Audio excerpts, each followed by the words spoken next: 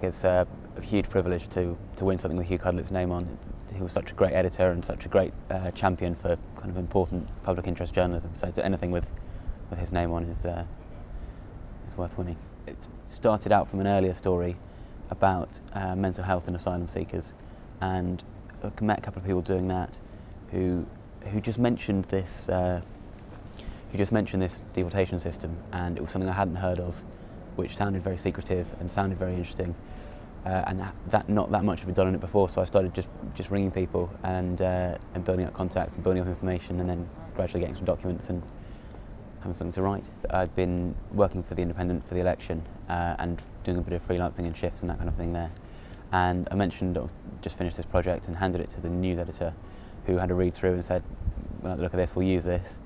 And then they chopped it down a bit, because 5,000 words is a bit long for any newspaper, and it ended up on the front page. I don't know quite how that decision was made, but so that's how that happened. It was literally just handed over the completed MA work. I'm now at the Times. I'm on the graduate trainee scheme, which runs for 2 years. I started 4 months ago.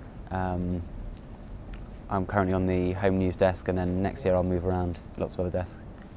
Having lots of fun. I've just been to Eindhoven for a story, and enjoyed doing the student protests earlier a couple of months ago.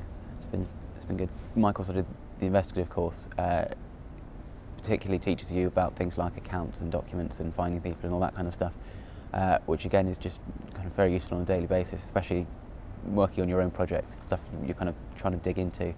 Those are absolutely the skills you need.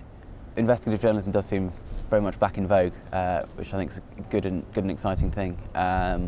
Particularly data journalism, I think, is the big thing that's coming through, which is a branch of it. Stuff like WikiLeaks, when you've got 200,000 documents, you need a way of sorting it and pulling out the good stuff. And certainly lots of newspapers have been building up good data journalist teams, and also good investigative journalist teams. I think it's a good thing that it's back. I think it's a really important kind of journalism.